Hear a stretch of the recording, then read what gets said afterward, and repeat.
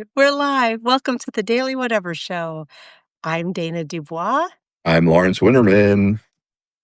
Good morning. Happy Monday, Lawrence, my best friend. Happy Monday, Dana. How are you, bestie? Uh, Bestie. That sounded really insincere. How are you, bestie? it it didn't sound insincere to me. I'm doing all right, Lawrence. It was a very chill weekend, and you'll know what this means.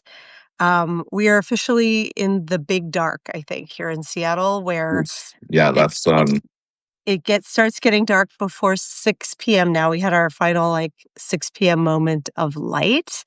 I am one of the weirdos who kinda likes the big dark, and that just means it gets very dark here in the winter, not compared to, Alaska, but by 4:30, it's dark, and, I kind of like that the days change, being that we grew up in Florida and we had no change of seasons, but, it's something to get ready for, you know? So, it was kind of a chill weekend. I feel like this week and next weekend with Halloween are gonna be very eventful. So, I did a lot of house rearranging. You can probably see I'm in a different spot. I'm still not sure this is the right spot. It's amazingly hard to find just the right spot to podcast in this house. So, um, and Kira's growling her, something at me. I don't know what. Tell me about your weekend, Lawrence. oh, I was actually pretty busy. I did a lot of there's just a lot of like busy, not busy work. There was a lot of stuff I needed to work on this weekend, and I did that. But I'm betting you didn't see this. So I watched the first two games of the World Series, Okay. and Yes. um, yeah, I kind of knew that you wouldn't have. And there it was a moment. I don't remember if it was game one or game two, but there was a moment where, of course, it's the Toronto Blue Jays, and the first two games were played at Rogers Center in Toronto. And there's a moment where they were playing the Canadian national anthem because, it's a Canadian team, so they're playing the Canadian national anthem. And that entire stadium was belting "O Canada" at the top of their fucking lungs. And you know what a sucker I am for patriotism and people like singing together and rejoicing in something. And like the sound of 50,000 Canadians singing "O Canada" at the tops of their lungs, which, let's just face it, is a better national anthem than ours. Like it's more melodic and mellifluous and, just pleasing. Yeah. And they Beautiful song. they meant it. And like every time they got to like, "Oh Canada, I'll stand on guard for thee," the crowd erupted in cheers, and I was just like, God damn, they fucking hate us now. They hate us. As well they should, Lawrence. And funny that we both had Canadian national anthem moments. My completely different thing and nothing timely, but, my kids and I in the evening sometimes will watch a little TV together, and we needed a new show, and I have never seen the show Shameless. Ainsley has watched it all the way through, but I have never seen it, and I was like, "Sure, okay, I'll watch it." And it's not kid appropriate, but whatever, my kids are getting older. And in the I think it's the second episode, it might have been the first, but I think it's the second, the alcoholic dad gets shipped off to Canada, and he wakes up in Toronto, and he doesn't know why he's there, and he's screaming how much he hates Canada. And so when they finally bring him back, everyone is singing the Canadian national anthem to him to make fun of him. And I started singing along, and my kids are like, "How do you know the Canadian national anthem?" And I think you know the answer to that, Lawrence. We learned it in elementary school, right? Yeah, Mrs. Hadley. Exactly. Yeah. Yeah. And we learned Hatikva in English, the Israeli national anthem. So yes, I sang along, "Oh, Canada." It's beautiful. Um, and it made me laugh a lot because he was getting all angry and it's like, "I'm American." Yeah. A very different experience, but we both know the words to that song because we had music in our elementary school education. That Yes. something that I don't know that kids get anymore. Yeah. Back when we were kids, we had music class in our elementary school. We Yeah. did. And I we remember learned, all the songs still. yeah, you know, I, I got a mule. Her name is Sal. 15 miles on the Erie Canal. Do you Yeah, remember What Do You Get When You Fall in Love? I don't even know what of musical. course. I mean, I remember that. I remember the moment when it was performed in front of the parents, and Sherry Gutson looked at her boyfriend at the moment, and yeah, I remember all of that. I remember the Pretoria song. We are marching to Pretoria, What Pretoria. where's Uh, Pretoria? yeah, and yeah, of course, the Canadian national anthem. Um, yeah, You that. you have Uh, chess. I'm seeing people writing. You never learn the American anthem, and because you're Canadian. Yeah, don't worry about it. It's not that good. Nobody can get behind it. The right. only good part about our national anthem is that it sorts out the women from the girls, because that note, is it a high F? I can't remember, but and the rockets red glare, like very few people can hit it properly. So we've seen a lot of people biff it, and that's funny, sort of, because Yeah. we're a mean-spirited country. Yeah. Musings is saying they learned the theme song of all the branches of the military from the halls of Montezuma. We learned that too. From the halls of Montezuma to the Oh, shores yeah. of Tripoli. Mm. I forgot about that one, but we did learn it. Musical education is important, and it's like a different part of your brain. Because look at us all these decades later, Mrs. Hadley, I'm sure long but a memory, and yet Oh, God, that makes me so sad to think about. But of course, of course, you're right. Yeah. And not just that, I can also remember if anyone would like to subscribe to the Miami Herald, their subscription line is 1-800-444-0444. yes, you just triggered something in me. Right. Um, yeah, that's so funny. I wouldn't have known it until you started singing it, but, yeah, Gary Fronrath Chevrolet, "When Your Chevy's a Steal, there goes another number 1 deal." I think that was a local ad. Yeah, I don't Anyways. remember that one, but Oh, I yeah. do. Miami Herald, catch the Herald, 1-800-444-0444. Yeah, like that'll probably, Call on my deathbed, that'll probably be my last words. Like my family will be gathered around waiting for something profound, and I'll be like, 1-800-444-0444. And then I'll die before giving the last number. Is it a four? I thought I thought you weren't gonna be in a deathbed, though. I thought you were gonna be on a Viking boat with a fiery arrow. That Well, would be yeah. awesome. Okay. Yes, you're right. That is in fact my request, that I am immolated on a Viking funeral pyre boat. Right. Lawrence, sorry, topic shift. It looks like you have a new T-shirt. Is this one of yours? It's one of mine. It's not new. I just haven't worn it in a while. It's a Well, Slava Ukraine with the trizub, the very sacred symbol of Ukrainian nationalism in the center. Um, yeah, available on Alpaca Lunch. it's real nice. I dig it. Um, we're kinda having a meandering Monday morning. Who do we have coming in today, Lawrence? We have Tony Michaels joining us. I have not yet met Tony in person. Neither of us have. Oh. Tony works with Blue Ant Media. I mean, on his own, he's got a huge following on Substack and on YouTube. And is Cliff Schechter of Blue Ant Media called him the Rush Limbaugh of the left, but he meant it in a complimentary way. Okay. And yeah, so we're really excited to talk to Tony today. You should probably pull him in. We probably should. Before we bring him in, should we talk about, our guests for this week and just kind of our lineup since it's Monday? Do a quick rundown? I mean, I guess. I mean, if we have to. Well, we posted it kinda late last night, but just so everybody knows, we'll be talking to obviously with Tony today. We're bringing in Christian Finnegan tomorrow, someone else we've never met. I read about him in Spin Magazine, which I was like, "Who is this guy?" And it was pointing to his Substack, and as soon as I saw that, I was like, we've got to bring him in. He has a publication that's called New Music for Olds, where he's Gen X and he talks about Gen X music. And then if you like this Gen X music, perhaps you might like this new music, which, is a passion of mine. We've had some very heavy political days, so I'm super excited to bring him in and nerd out about music tomorrow. Wednesday, I will be on another top secret mission, so I will not be here, but we have our friend.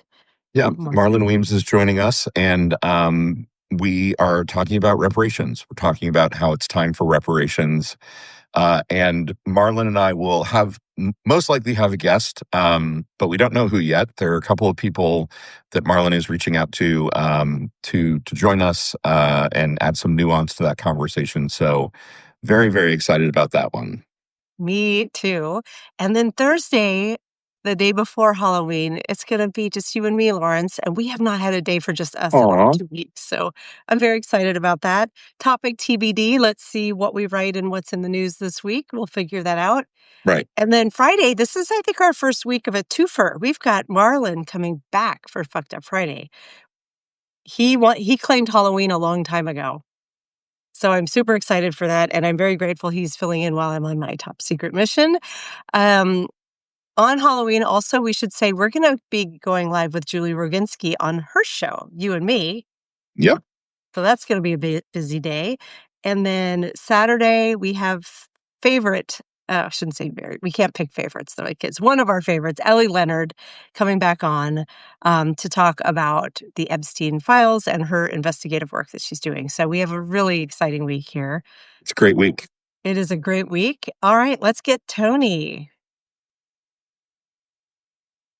We need like theme music to play while we're doing this. Right. Kind of, I don't know, the Jeopardy. Do, do, do, do, do, do, do. I hope this is the right Tony. Oh, wait. Actually, I don't know if it is. Because that was singular.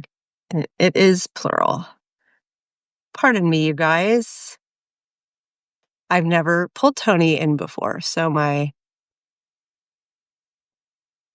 Fusen is telling Karen got kicked off. Fusen's telling her it's because Karen was drunk and belligerent. When she sobers up, she can come back. That absolutely made me laugh, Fusen. And Fusen's here in the chat. Yay. We love seeing all our friends here. We love that. And this has happened once before, but I am not getting the Tony Michaels as a choice. That's a little alarming. What if I type his handle? I've never tried doing that before. It's a Monday morning already, folks. Oh, boy. Right? Yeah, that does not work. You're typing the Tony Michaels, right? Well, I did as altogether, but it didn't like that. It wants the name. So when I type Tony Michaels, I'm looking for the Tony Michaels. Sorry, Tony. I have Dance Tony. I have Scared Solutions. I do not have him pulling up here. That's a mystery. Let me try. That. Oh, sometimes. When will you let us just fucking join on our computers, for God's sake? Right? Why does it have to be through the fucking phone? I know. It's fucking me through all these things. I'm subscribing, which I should have been subscribed already, and I'm hoping maybe that does the trick. Though I don't know why it would. Yeah. General Asmundus is telling us, yes, the Tony Michaels. Yeah, we're aware that the handle includes the word the. Yanni is reminding us that clocks go back in the U.S. this weekend. Yes. This weekend, we fall back from 2025 to 1939.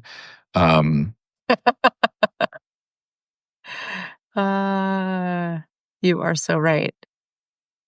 Karen is telling us that Mercury goes retrograde on the 9th. So it's going to be fun. It's going to be a fun month.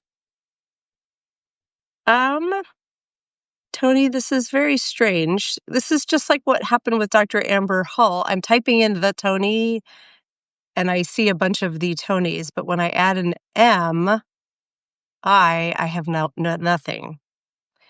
This might be one of those crazy things, Lawrence, where we need to start over and you need to invite. Although I don't. Do you have me blocked, Tony? I'm Kidding. sure. I'm sure he does not. He does not, because I just subscribed. So I'm certain that he does not. Yeah. I'm So not the sure what to commented do. in the chat. I don't know if like clicking on his name in the chat helps you. Yeah. I don't know. Maybe I'm looking on my phone. Yeah. I don't know if you Tony's click in on the his. chat. Can you add him to the chat from clicking on his name? I don't remember if that's a feature. I don't know either. Tony, if you're here. Oh, there you are. Let me click you. Here I am. Tony, I'm trying really hard. Invite to join. You That's can. Okay. I don't know why your name wasn't pulling up, but that's now the second time I've had that problem. If it happens a third time, it's a pattern. Apologies for the inconvenience there. I'm going to say it's a pattern with two because I do not like that Substack is so shitty at finding people that we could be in the middle of a show and not be able to pull somebody up. That's absolutely insane. Right. We'll just get our our support person who doesn't exist. Do you have any do you have any indication that the invitation went through? Because I don't see on my end. Okay. It says waiting for Tony Michaels. So Tony, did it go through for you? Do you see an invite from me? I hope. Y'all, we've done like 150 shows at this point. I promise we're not amateurs. Right? We do normally know what we're doing. It just seems like Substack likes to change shit enough that stuff breaks all the fucking time. Okay, he's not seeing it. Let me cancel that invite and try it again. Host the Tony Michaels podcast, invite to join. Okay, I just sent it again. It's going to be a really big bummer if we have to leave and come back. Because look, we've got all these folks here. Substack is the worst. Oh, Oh, it's here he working. Thank comes. God. Tony, how's it Tony. going, man? There it is. Oh, well, I mean, just waiting for an invite from Substack's wacky system here. So Yeah, yeah. How are you? I'm doing great this morning. I haven't had my walk yet. I had to come in early. Usually Mondays I get up a little late and I kind of fumble around. But this morning I was like, man, I got to be at my studio at a certain time to talk to some folks. So I haven't had my walk yet. I usually walk about 2 or 3 miles in the morning. So Nice, nice. yeah, What Oh, that time zone sounds are ahead. you in? I'm I'm East. in Central. I'm in Okay, Central. Hmm. nice, nice. I'm Eastern time, and Dana's out in Seattle. She's in Pacific Yeah, so time. it's So like 2 o'clock in the morning there. yeah, Let me basically. open my window to let the light in. Oh, yeah, no, it's still pitch No, dark. yeah, Next week we'll have light during podcast. yeah. Um, I love that you have a studio that you're going to. This is like the dream we dream of. Oh yeah. Um, Well, it took me over 4 years to get there. So I shot my show from my house for over 4 years, but I finally made it to a studio, and it's nice. It's sometimes it's isolating, so I got to kind yeah, of get out and see the sunshine and that sort of thing to Yeah, get my mind right. That's why I walk in the morning, and the afternoon to kind of turn my mind. These days, you can I go love it. crazy trying to think about things. So yeah, yeah. Well, and crazy just because you can't stop thinking about things, right? It's not like you even have to try thinking about things. He does something fucking crazy every 5 minutes. That it's we live in an interesting timeline, and you can focus on a lot of things. Donald Trump gives you plenty to be distracted with, and I try not to get too distracted. It is difficult sometime in this business when you're a commentator, because that's what I consider myself, as a commentator, and more of an observer. I try to observe things. So he gives you plenty to observe, and sometimes it's hard to figure out what is the most important thing in any given moment. I want to go back though, because I was listening to you guys talk about the national anthem, and I want to tell you about Oh, our yeah. national anthem just a little bit. Can I do Great. that? absolutely. Oh, yeah, of course. So the national anthem, a lot of people think it's Francis Scott Key describing the Revolutionary War, which it's not. It's Francis Scott Key describing the Battle of Baltimore during the War of 1812. What happened was is the British came back, right? Like we told the king to fuck off.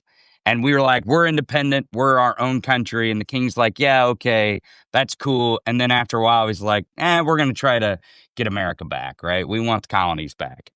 And the British came over and they ransacked and they burned Washington, D.C. to the ground. For Right. anyone who doesn't know, they burned it to the ground.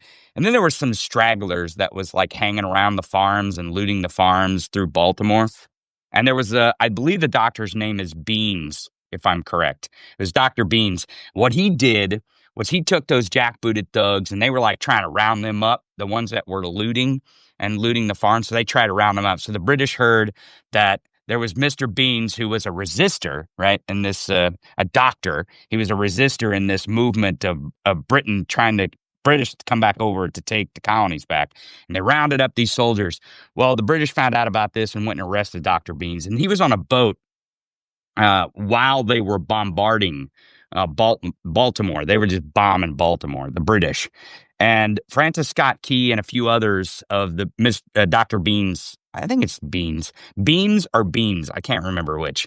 It escapes me right now. But so they went to negotiate with the British to get him off the ship. So he was like a hostage. He was a prisoner of war. And Francis Scott Key and his friends went to go get him and to try to negotiate to get him back to us, to our side. And he observed this bombing, and when he looked out over the ship, there's so many bombs. It was just that's all you could see was these red lights because it was dark. And when the bombs would drop and the red lights would flare, you could see the American flag, and it was tattered, it was torn, it just looked like we were going to lose. Yeah. Right. And he's on the boat and he's trying to get his friend. And here the British are coming back to try to take back their empire, right, from us who had declared our independence and said, fuck you, we don't want a king. Right. And every time the lights flashed, the flag's still there. And then when he woke up in the morning, that flag's still on the hill. It didn't matter how much they bombed. It didn't matter how much they came back. America still stood. And I think that, like, in this moment, like in this timeline, like that speaks that national anthem, even though it's to like an old, bar song, an old tavern song, the ditty.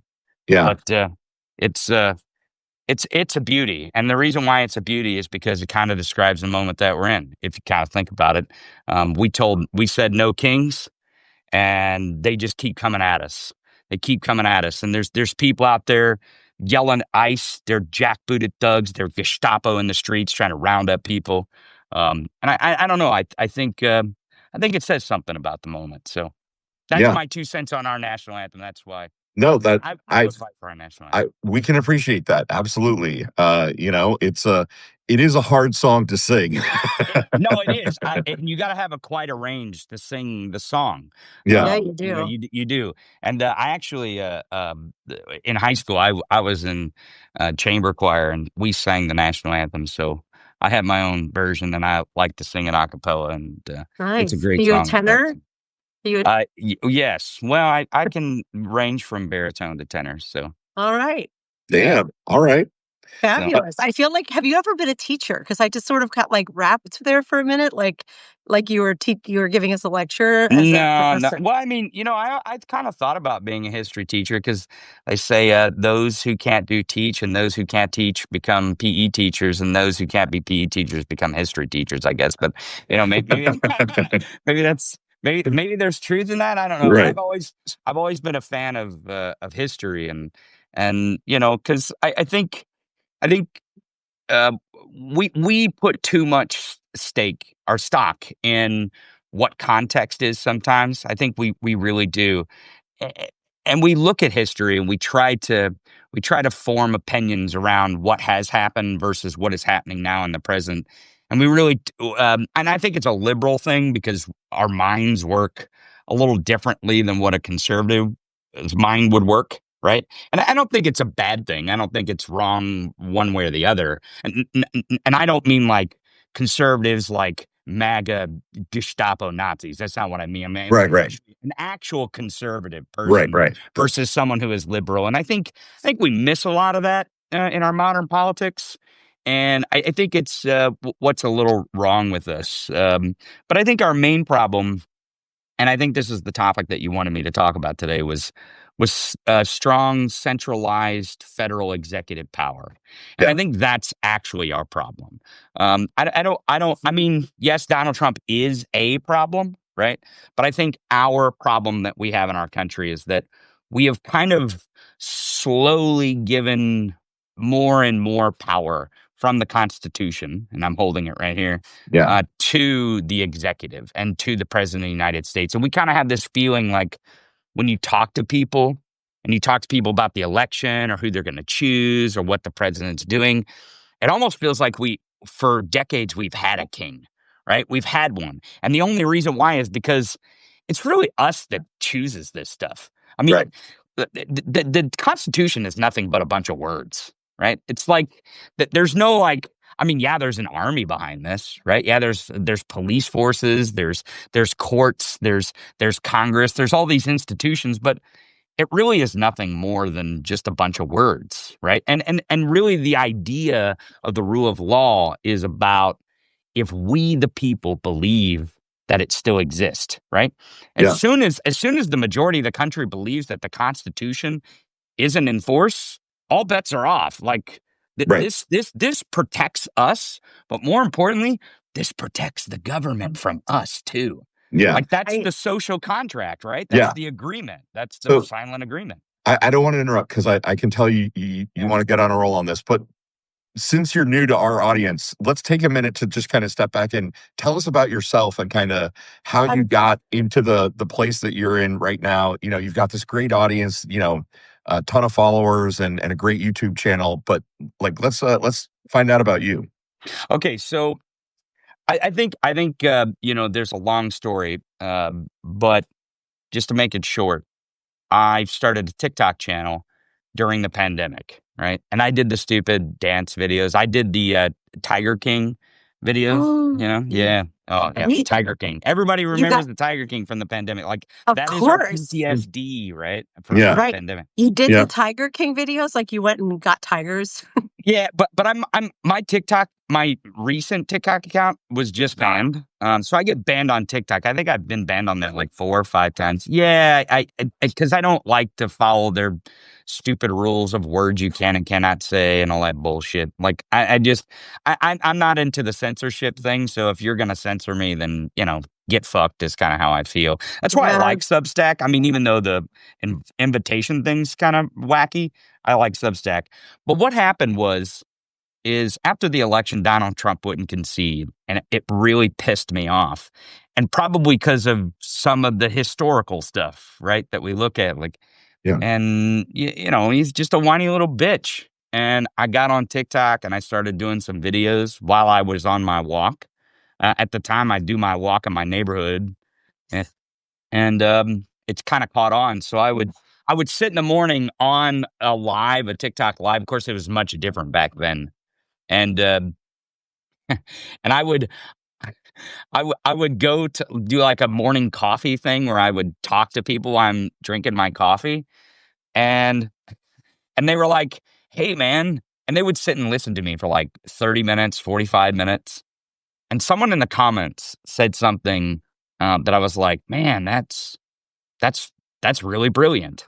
They said, "You're the Rush Limbaugh of the left." That's what they Okay. said, and I wish I had that comment. I wish I had that screenshot because it's from a TikTok account a long time ago and a live, which who knows which one it is. But I wish I had that comment back. And I was like, ah, man, that's brilliant because there is no person that gets on the horn every day and just pounds the drum and pounds the drum and pounds the drum. Right. So I was that's Which gonna we ask need. Like what that statement meant to you, and if you liked it, being called the Rush Limbaugh of the left. I well, I can mean, see you I liked it. don't know. I don't know that because I listened to Rush for years and I vehemently disagree with almost everything that he said. Um, but I saw the value in what he was doing for the right. You see, Sure. I've never been afraid to listen to what right wingers have to say. I've never, if a conservative wants to make an argument, fine, good luck with me, because I'm going to give you my argument right back, and you're probably going to regret that shit right away.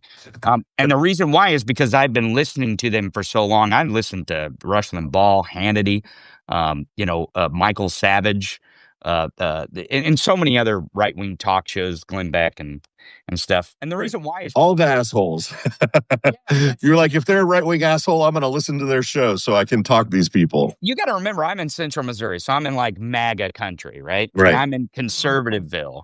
Okay. So I always listen to Rush, because the one thing I liked about it is I would be like 2 or 3 days ahead of anyone else. And I knew what their arguments were going to be days in advance back then, right? 20 years ago, I could listen to Rush in the afternoon, and 2 days later, when someone was spouting something to me, I knew exactly what they were saying, because it had all trickled down from Rush, right? That's where it started. He would be the one that would say that, he would say the shit out loud.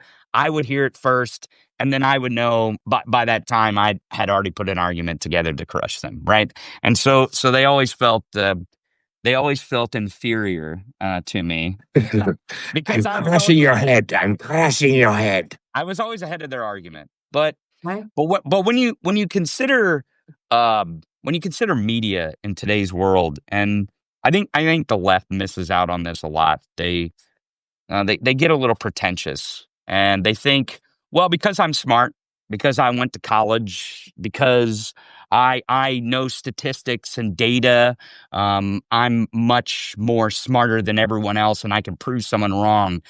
But the fact is that with the internet, and really with social media, the fact is people don't care about the facts. They really don't. I mean, if you think about it, they don't want the truth. They just want to hear what they want to hear. And that is the true fact that we're dealing with, right? I mean, you can get all the statistics and all the data and all the truth you want, and you can present it in the best way possible.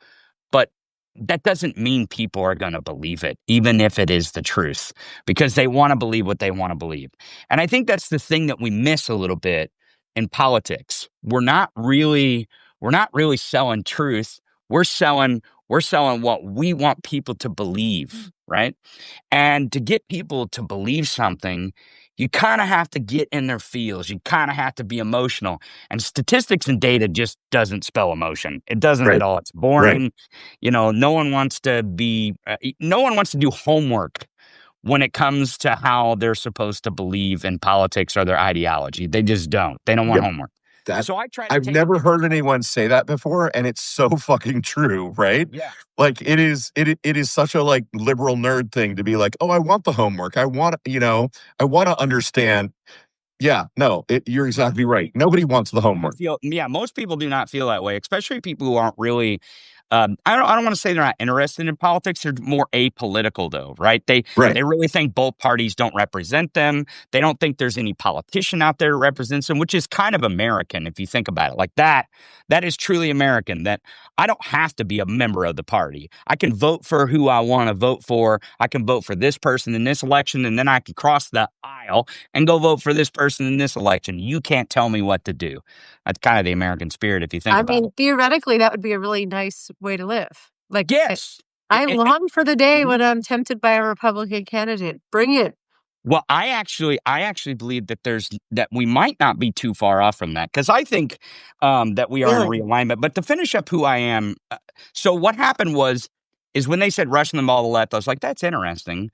I might want to go see what that is. So I started a show, and I did it once a week, and I had like 5 people watching at first, and then it was 100, and then it was like 200, and then thousands of people listened to me, and a lot of people didn't understand, because kind of how I sound, how I look. I don't talk about data and statistics. I don't really talk about polls much. It's more about feeling. It's more about emotion, and it's really more about where we're headed and an observation of where we're headed, which gets me to that realignment that you're talking about, because I think that's truly what we're in. We're in a political realignment, and that's the chaos that we're feeling. We think it's Trump, but I believe Trump's just kind of the symptom, right? Mm-hmm.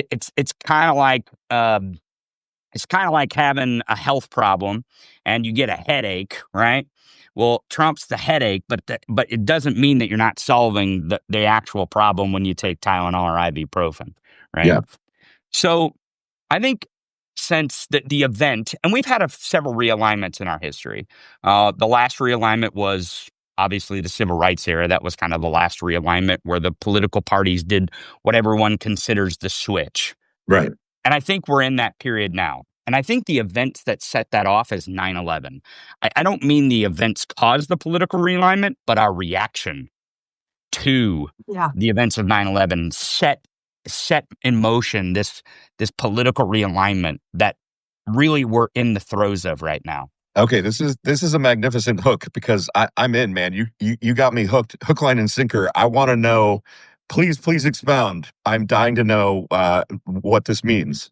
So in my history as well, I'm a 2-time college dropout, which is very similar to Rush Limbaugh, by the way. So that's another, and I'm from Missouri, which Rush is from Missouri too. So it kind of gives me a couple different things of why I'm the Rush Limbaugh of the left. But I was a poli-sci major, and I was very interested in politics. I always have been. I kind of cut my teeth on Bill Maher's Politically Incorrect. I loved watching George Carlin, and I loved when Larry Flint was on there. But I started to study politics, and there's this thing called the Overton window, and a lot of people Oh, we talk about it all the time Talk here. about it all day. I feel like So every day we mention the Overton window now because sure, it's sure. so So relevant. so let me give you what the theory is of this realignment and how I think that the realignment is going to land on the Constitution. More importantly, it's going to land on Article 1 of the Constitution. So the Overton window, I would theorize that the Overton window hasn't moved, it's stretched. So Mm, when 9/11 happened, we really started to set into motion where we trusted a president of the United States, right? And we yeah. trusted him with all the power that we could possibly give them, uh, in a lot of different ways. But the Patriot Act really kind of lays that out. And then when Barack Obama came in as the first black president, and he kind of had, Ooh. he kind of had a funny Muslim name, so a Right. lot of conservative white people got freaked out. And the left was very excited about this, especially when Joe Biden, the vice president at the time, went on Meet the Press and he talked about same-sex marriage, right?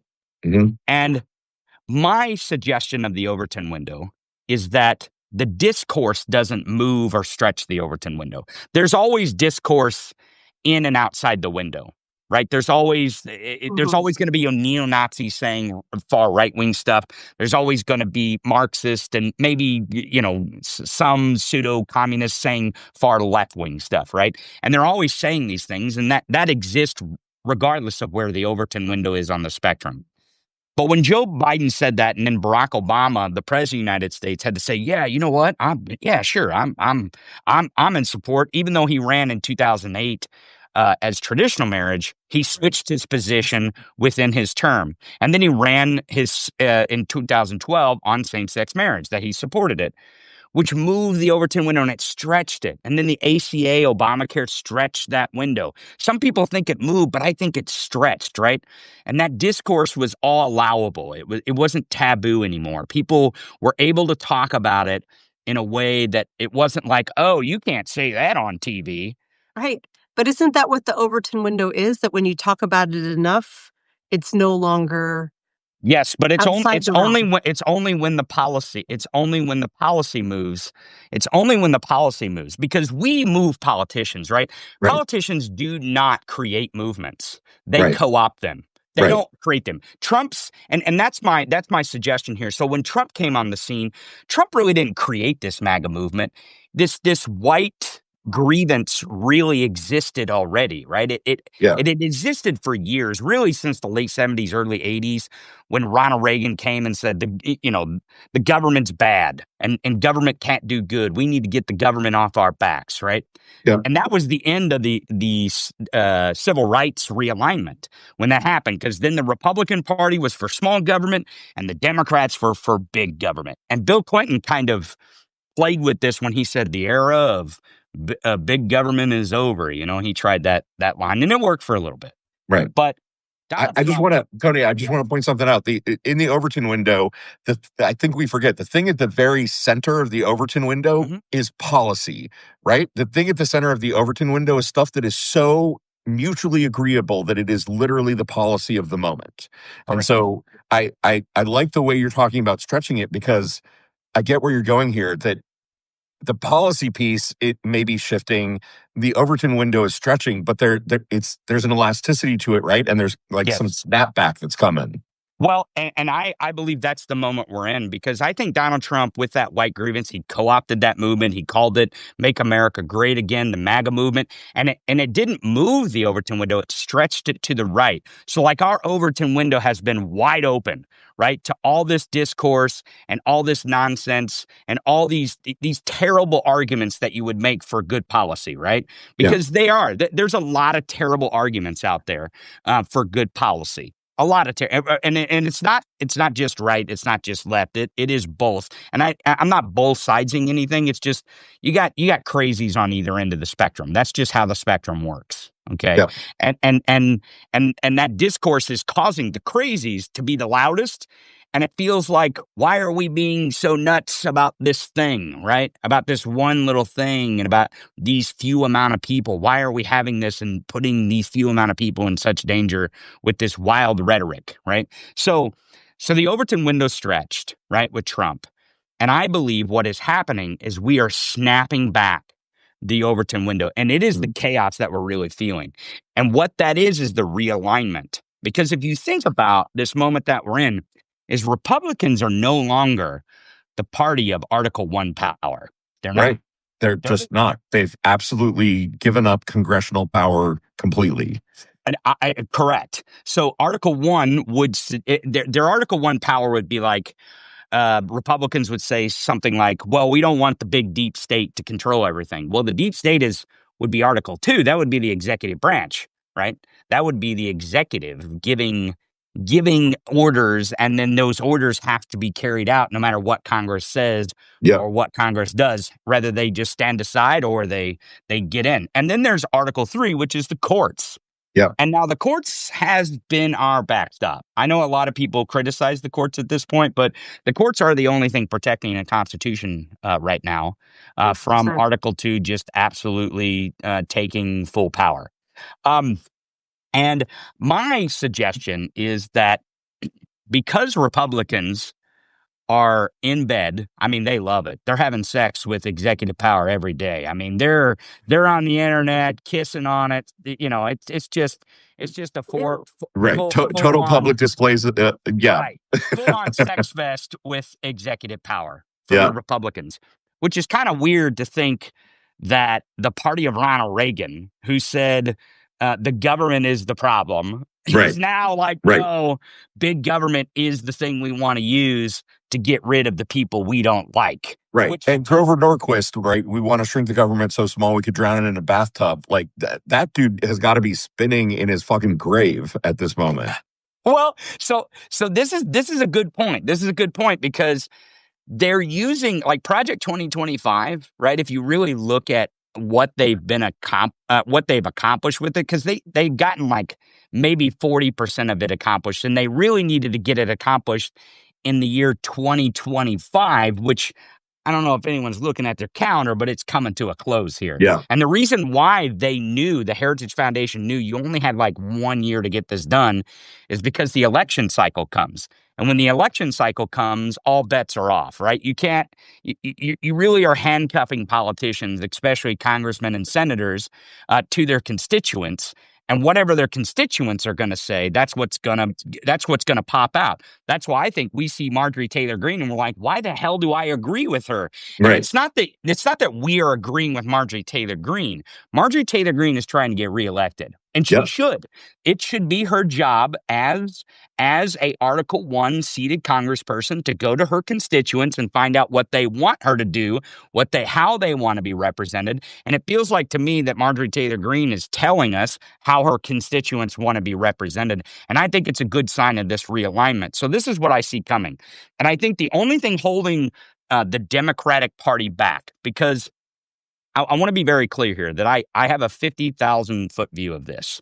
that I'm not really trying to stake one side or the other, right? Or one party or the other.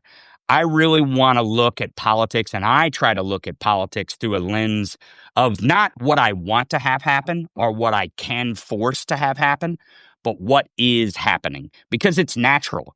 These things work in natural ways.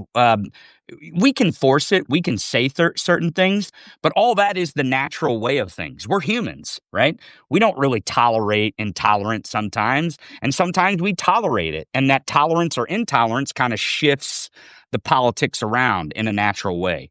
So when you consider that, here's what I think is happening. The Democrats are holding on to their party that they have had for about 40 years. Yeah. When Ronald Reagan said, the government is the problem. And the Democrats were kind of the opposition to that. And what I mean is not that they thought the government isn't the problem, but they thought the government could do good things. Yep. And the government could do good things not only through Article 1, but through Article 2. And my argument is all those good things like DACA, Barack Obama signed DACA as an executive order. It's a good executive. I feel like it's a good executive order for a lot of people, but it's the wrong way to do it. It's the wrong way to govern. We shouldn't be signing executive orders, no matter who it benefits, no matter how many people it benefits. What we should be doing is we should focus in on Article 1. I think if Americans gave more of a shit about who their congressperson was and what their representation is in the House of Representatives, most importantly, but secondly, their senators, we wouldn't give a damn about the president. Because if the president doesn't have any power, what the hell do we care who it is? The only thing that the president really has power, if you look at the Constitution and you read it, is in that Article 2, is they have the power to write the checks that Congress tells them to write, and they have command of the military as when Congress tells them that they have when they were going to war. Right. That's kind of the powers that the president has. Other than that, you just get to sit in the White House and be pretty, right? Or in this case, fat and ugly, right? Well, however, this is whichever one is president. We got a great question from the chat from Fusen. Mm-hmm. Isn't this an argument for parliamentary democracy? Well, I mean, I guess it can be, but that's actually what's laid out in our Constitution. Right. The first three words of our Constitution in the preamble is "We the people." Yeah. And Article 1 is that if you want to talk about supremacy, which a lot of people like to get on supremacy in America, white supremacy or supremacy in general, the supreme article in the Constitution is Congress. And it starts in the House of Representatives. That's why it's Article 1, right? Like the founders put Congress as Article 1 because it is the most representative group of government officials in Congress. And and the House is first in Article 1 because it is the most representative of the two houses. And we get to fire them every 2 years. See, and I think a lot of people, they get off on tangents and they think about our representation in the wrong way. They're like, we need term limits. I'm like, we do have term limits. Right. Like it's elections every 2 years. They're limited to a 2-year term. And if we don't like them, we get to fire them. Like we concede all of our power because since FDR, we have seen presidents as the supreme leader in our country, and they're not. They're not based on the Constitution. And I think that's where the realignment is going. I think the sooner that the Democratic Party, now I'm going to piss a lot of people kind of on the far left off here, but as the sooner the Democratic Party and liberals, our coalition in general, says we do not want strong executive power. That is not how we get our preferred policies enacted. Now, government through Congress is much more difficult, right? It is very difficult. It is slow, but it's designed that way so we don't have one man come in and say, I'm going to send my jackbooted thugs to go round up brown people. Right. You can't do anything about it. I'm going to send my military to go bomb boats in the ocean, whether I believe that they're criminals or fishermen. I don't care. Yep. That is the danger of fast, efficient government. We do not want fast, efficient government. We want hard, slow, considerate government. That's what we want. I love that. Hold on. I got to put all the hearts on that, Tony. What I like about this, Tony, is your point is everything, like law, in terms of laws, everything is supposed to be passed through Congress, right? The deliberative process through Congress. And if something is such a big change that it is not in the Constitution or goes against something that is an amendment to the Constitution, we have the amendment process to the Constitution. Correct. And it is baked into the Constitution itself. We are allowed to amend it. And we have, in fact, gone through periods of great change through the amendment process for this country. And the founders put it in there for us to use it because the Constitution is their second try, right? They came up with the Articles of Confederation first, and it didn't work because it was too hard to amend. And so they specifically included an amendment process in the Constitution.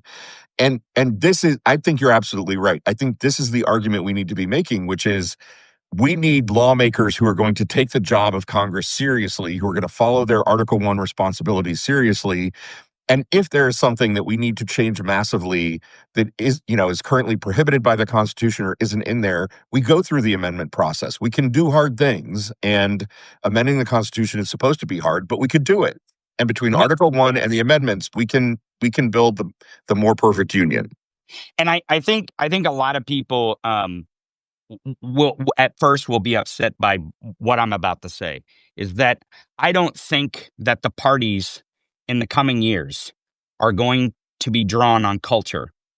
I believe the parties are going to be drawn on how you feel about Article 1 power and how you feel about Article 2 power. And this is not what I want. This is what I think is happening. Okay. This is what I think is natural to happen in a realignment. I believe that's the chaos that we're feeling, right? It's our fear, it's our anxiety, and it's warranted, because these large changes change our country and change our view of things. But I'm here to tell you that I think the Republican Party is going to be the party of big government, and the Democratic Party is going to be the party of limited government very soon. And I think the sooner that liberals and the sooner that people who consider themselves Democrats are on the left really think hard about in the last 8, because I'll tell you that this is a big change in me, because the last 8 months, 9 months, 10 months, really since Donald Trump swore in. Yeah. The thing that's changed me is to know that our problem is not a singular politician. Our problem is we give too much power to a president. And that's my argument. That's what's happening in America, is we're realizing that. We're realizing that, and you see it everywhere. Chris Murphy's talking about less executive authority. And Chris Murphy's not a small government guy, but he's moving. Marjorie Taylor Greene is moving into the camp with liberals, which means that conservatives and liberals can live in one party if those party lines aren't drawn on culture, but they're drawn on the Constitution. Yeah. And I think that's where we're moving. And I think that's how the country is thinking. And I think when you see these No Kings rallies, right? And these things kind of make Marjorie Taylor Greene, Thomas Massey, Rand Paul, and several others go, you know what? Maybe my principle of not having strong centralized executive authority is more important than my party name. Yeah. And when that happens, and those parties and that party switch happens, because I think that's what's happening, is the parties are switching, and that's the strife, that's the chaos, that's the fighting we see in the Democratic Party and in the Republican Party, because they're really fighting over, for instance, Mamdani. Mamdani wants to come in and be a mayor, and he's kind of represented right now because it's the election that is happening, and he's the executive of New York City, right? That's the election that is happening, and he wants to have strong authority and strong executive power, right, as the mayor of New York City. And I think a lot of the Democratic Party, but more than anything, people out there who are apolitical, the people we talked about earlier, who really don't affiliate themselves, they don't want that. They don't want one person to come in and tell them what they're going to do, who they're going to be, how they're going to be, what they're going to think, and how things are going to be. That's not how they want. They want their voice in that representation. And it doesn't mean, well, I elected Mamdani, so now he's the king of New York City and he gets to do what he wants. Yeah. That's not how people feel. And that's not the feeling that I think we have. And until liberals and the left and Democrats really come to terms with that's where the country's going, right? That's where it's going, is we don't want one person telling us what to do or who to be or how to think.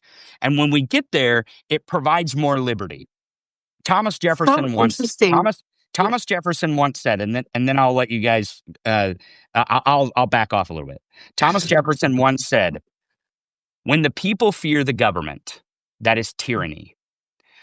When the government fears the people, that is liberty." Yeah.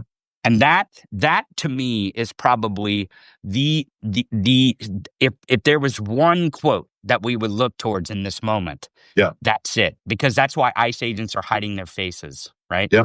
That's why there's such chaos in these elections, and who represents who, and who are we going to elect to these things. Is we don't fear the government. We don't, as Americans. It's kind of the American ideal. Man, Yeah, there's so this is much in there fucking that fantastic. Dana, say whatever you're going to say. And remember, we've only got a couple minutes left and we got to ask Tony our big question. that's true. I'm just pondering. I like this is a new way of thinking about the problem that's in front of us. Correct. I'm not sure I agree about Mamdani. I think he is more being set up as a figurehead of a Mhm. sort of messianic character. I don't think that's his goal, though, like it is with Trump. And I'd like to think that's the direction it's going. I think we have a long way to go to get there. Because as you're saying all of this, I'm like, right, it's like we're voting for the person who represents who we are. And Trump represents, I don't want to do hard work. I want to smash things.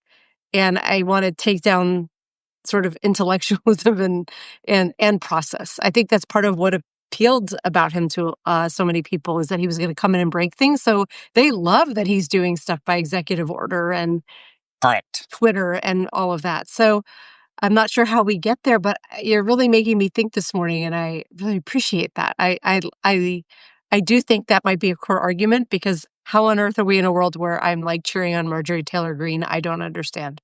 Yeah. Lawrence, I'm sure you have wiser wrap-up remarks than I do here. Well, I mean, my wrap-up remarks are Tony, obviously we got to have you back at some point. This has been incredibly illuminating. Frederick Pogue and I have a new show on Saturday mornings called Biscuits and Gravy, and we're gonna fucking invite you on that, because Sure. it would be amazing to get you in that conversation. And we have this question that we like to ask everybody, all of our guests. And so you may not be Gen X. Dana and I are Gen X, but in your opinion, ready to shift gears. Get ready right? to shift Total gear shift. What is the ultimate Gen X song? And if you don't want to answer that question, give us the ultimate song for your generation. For my generation, now you got to remember, I grew up in Central Missouri, and I came of age in the '90s. So I am one of the oldest millennials. So I kind of have this Gen X feel to me, Nice. even though I am one of the oldest millennials. I would say that Friends in Low Places, Garth Brooks, is probably the most influential song to me. And now it may not be my favorite. It is up there because I like Garth Brooks, and that's kind of where I was raised. But that song kind of defines probably my culture, if you want to say it. I love to hang out in bars. I have tattoos. I'm a degenerate. I love to cuss. I mean, so I've never I'm a weirdo in politics, because I'm not like this buttoned up tie with the nerd and being I'm just a different type of intellectual, I guess. So in the space. I think that's a great pick. It's an awesome pick. No one has said that before, and it is such a fucking classic, like era defining song for sure. Mm-hmm. It is, and it also lyrically is. I'm just thinking back at that moment in time. It was the whole like sub pop loser era, with grunge and Nirvana and Beck, I'm a Loser Baby, and Radiohead Creep, and I've got friends in low places. It's like bragging about being a slacker. Yeah, I'm bragging about version. being a degenerate. Yeah, Yeah. I mean, that's she left me for someone better, but I got better places to go, and it's a shithole bar down the street. Yeah, where everyone knows my name, and they're all my friends, no matter what our backgrounds are, no matter maybe there's some felons in there, maybe there's some teachers in there, but we're all kind of the same because we like to drink and have fun. So, Man, I love it. That is a great fucking pick. And that song will get everyone going in a karaoke bar, hands down. absolutely. Yeah, for sure. Doesn't matter left, right, left, They know right, the center, song. They know age. the lyrics. Right? Yeah. Yeah, I know very few country songs, but Friends in Low Places all day long. Mm-hmm.